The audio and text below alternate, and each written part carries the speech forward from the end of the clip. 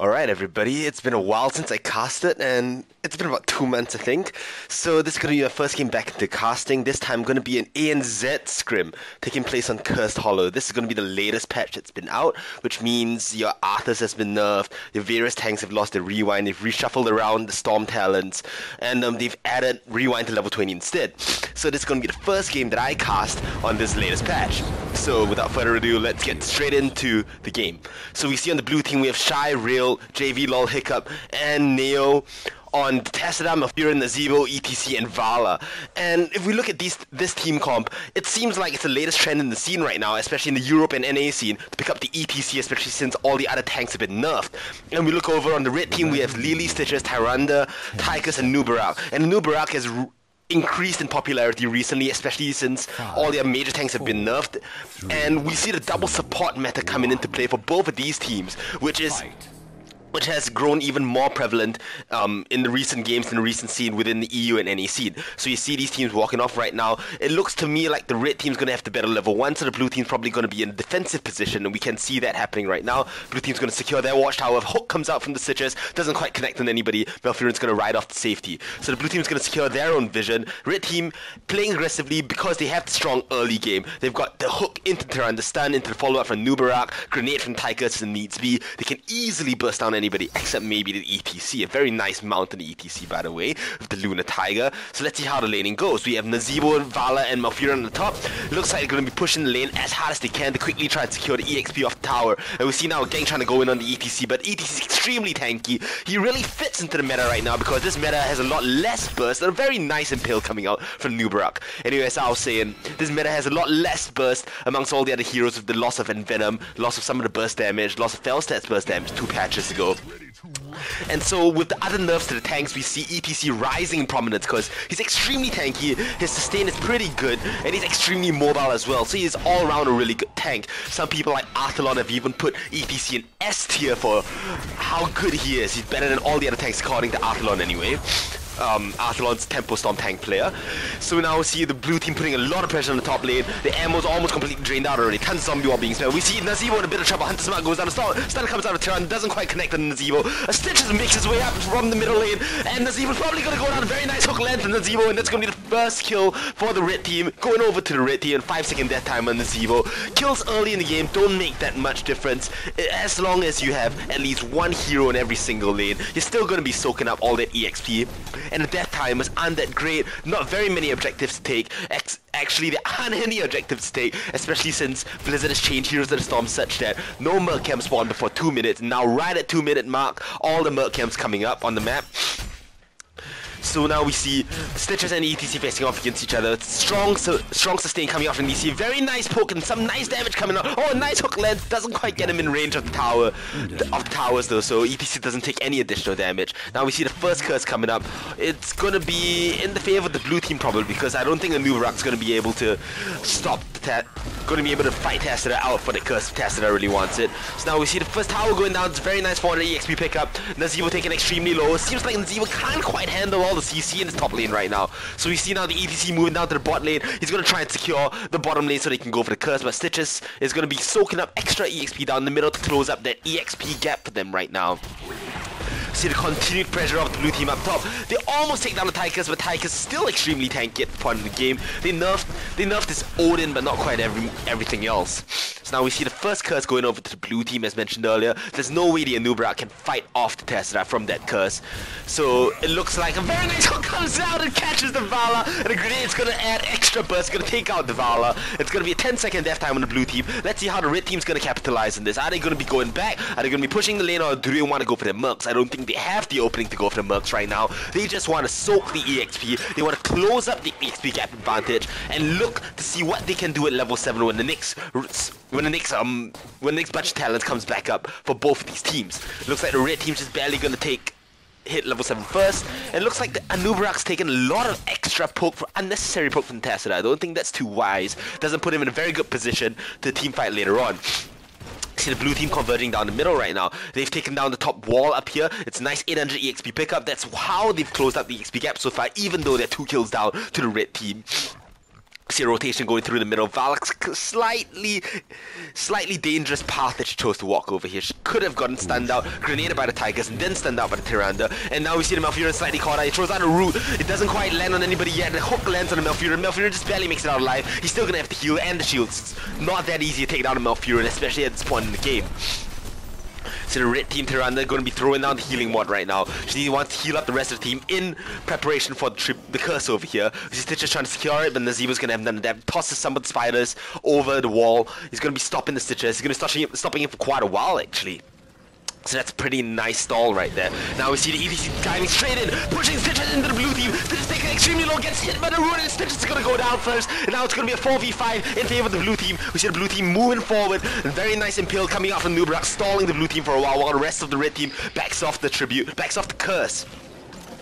And now we see ETC trying to collect the tribute right now, but some of the Nubarak's little scarabs have been interrupting him. Very nice impales coming out to stall, and then in the meanwhile, red team's going to be soaking up the XP up here. It looks like the blue team's going to be securing the second tribute of the game, and that's going to be putting them at 2 out of 3 tributes. And once they hit the third tribute, it's going to be quite significant map pressure, because what happens on this map most of the time is that you get the curse, you run straight for your own grave golem. Once you collect this grave golem, you're free to take their grave golem, because they have 2 things to respond to: the curse map pressure across all 3 lanes, as well as the grave golem barreling down the bottom lane for the blue team.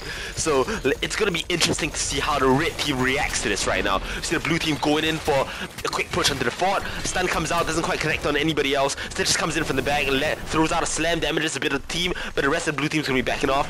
A very nice zombie wall stalling the rest of the red team. Hook comes out, lands on the ETC, not quite the target that Stitches wants right now. And we see Tyrande taking extremely low. ETC dives in. Power slide doesn't quite get behind anybody. He got behind somebody. He's going to be bouncing that hero over. Oh, Nazeebo slightly out of position. Stun comes out. Tyrande. Nazeebo doesn't quite go down. I thought Nazeebo surely did. Oh, and Nazeebo finally goes down. Okay. So the red team does manage to pick that one up. Very nice pickup again. They pull off successful defense. Both teams now at level 10.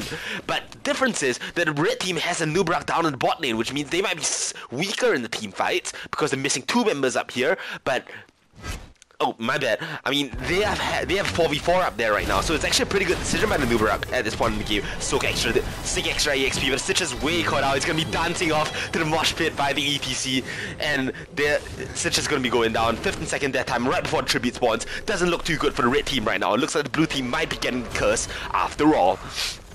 So the red team trying to put on a bit of pressure. They're going to be pushing the lanes. They're draining out the ammo over here. They took out 1 tower. He's going to be throwing the owl. Very nice owl cancellation on the tribute collection, and that means it's going to be delaying the curse even more and allowing Stitches to come back into this fight. Now the red team is cursed for the next 1 minute and 5 seconds. Let's see how the blue team capitalizes on this. Doesn't quite look like either team is going for mercs right now, so it's going to be complete lane push pressure right now from both of these teams. Red team's on the back foot, however. We see the middle lane being pushed. Middle lane can't quite fight back again. The blue team creeps. We see the blue team securing the top 4. There's no way the red team can go in on this. Very nice hook. Lands on the Nazeebo, though. Hook straight at the Gorge. Stitches is going to be backing off. The Gorge no longer slows you. And we see the Nazeebo being spat out in the middle of the fight. But he's managed to make it back out. Amazing. He's ETC with insane zoning potential right now. He's going to be pushing everybody on the red team all the way back out. We see the first red team member go down. Lily goes down. We see Vala get hit by the hook. He gets pulled straight into the fight. But ETC again! With the power slide straight in, catches Stitches out of position, takes down the Stitches. It's going to be a 2 kills going over to the blue team right now. A very nice team fight coming out from the blue team so far. Tyrande almost walking into the zombie wall. If he had stuck inside the zombie wall, that spelled his doom right there. A very nice push from the blue team. They managed to secure the fort, managed to secure the wall right outside the keep, and it looks like they might be picking up this fort as well. It's going to be a free pickup fort in the middle, and the fort at the bottom is probably going to be going down. No, okay, not quite. Unless blue team rotates down over there. So very nice pickup, and the aftermath of that curse, which is so critical for the blue team at this point in the game, was almost a 2-level advantage right now. Level 13 and level 12, but the 13 is going to be 14 very soon. Looks like the blue team's going to be going for the steal on the grave golem. Red team doesn't look like they're aware of this, and even if they were, they're in no position to react to it right now, with a Nubrak and Stitch and Tigers taking the siege golems down. But so it's going to be a very nice pickup for the blue team, and red team's going to have even more pressure. It's going to be a naked keep right now, with the grave golem barreling down the lane, putting tons of pressure onto that lane. So the blue team rotating over. They're not going to let the red team take the knights, and in fact they're going to be bashing away on Stitches. Stitches are already at half health. Really force pop a jug of tower 1,000 cups just to heal up Stitches to full health again. And we see the blue team slowly clearing out the Knights right now. And Uproar's way out of position, taking lots of damage, lots of CC. He manages to barrel strike out. Blue team's gonna secure the Knights. Red team is no position to fight this, and Uproar's out of the fight. A huge Ravenous Spirit just pounding away at 3 members of the red team, dragging them down to half health, 3/4 and 1/4 health. There's no way the red team can go back in. Stitch is gonna go look for the hook. Is he gonna land a hook on anybody? He's looking for Squishy, lands on Tessera. Tessera's immediately gonna diminish the ship. Looks like Stitch is way out of position. He managed to gauge the EDC. Stitches goes down. EDC is probably gonna go. Oh, very nice mosh pit. And the shield comes out with Malfurion, and Stitches lives. A huge save right there. Tranquility and the shield gonna keep the EDC alive. EDC makes it out. He's so mobile and so tanky. He managed to survive the entire team and to keep pounding away on him. And he still lives through it with the double shields, the heal from the Malfurion, and his own innate heal and tankiness. That was a very nice push, very nice engage by the blue team right there. And it looks like the red team's in bitter trouble. They can't quite secure any sort of tempo on the map. They couldn't get their own bruiser cam. They couldn't get their own boss. They lost their own boss, in fact. They couldn't get a single tribute, and now it looks like the blue team's going to be going over to collect their own grave golem and clear out the bot lane siege golems as well. Although this was a nice pickup, to be fair to the red team. The siege golems managing to take out the wall out here and pounding away at the fort. It looks like they're going to pick up the fort because the blue team's not in a position to defend this. They want to quickly rush down the grave golem as fast as possible. Are they going to get the fort at the... It's debatable. Let's see if the blue team rotates down and stop this one out. So, Oracle coming out from Tessera right now.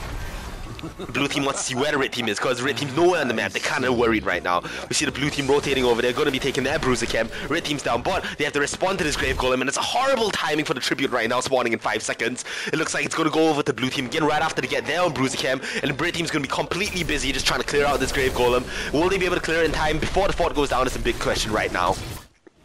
Because there is no way the red team can stop the cap of the tribute right here. Valor's going to be capping it. And Uproar once again way out of position. Is going to be taking a ton of damage. He has to barrel strike to get out to safety, but that means they only have a re-engage, a counter-engage. Straight coming out from the Valor. A ton of damage going on to Uproar. Shrink Ray comes out. Is Uproar going to live? It gets caught by the root. I doubt he's going to live. He's going to bounce back by the ETC. Very nice stun coming out from Tyrande. Odin being popped in the back. Very nice barrel strike on the other side of the wall. We see the zombie wall coming out on Azebo trying to keep himself alive. He barely makes it out alive with the carapace, but the Valor's gonna be chasing him. He's gonna kill him. Lazebo kind of out of position, but no hooks coming out from Stitches right now. We see the Odin on the other side, not quite doing very much. Odin taking a huge nerf dispatch. Not a second health bar anymore, but taking a lot of damage increases and a range increase as well as a dash.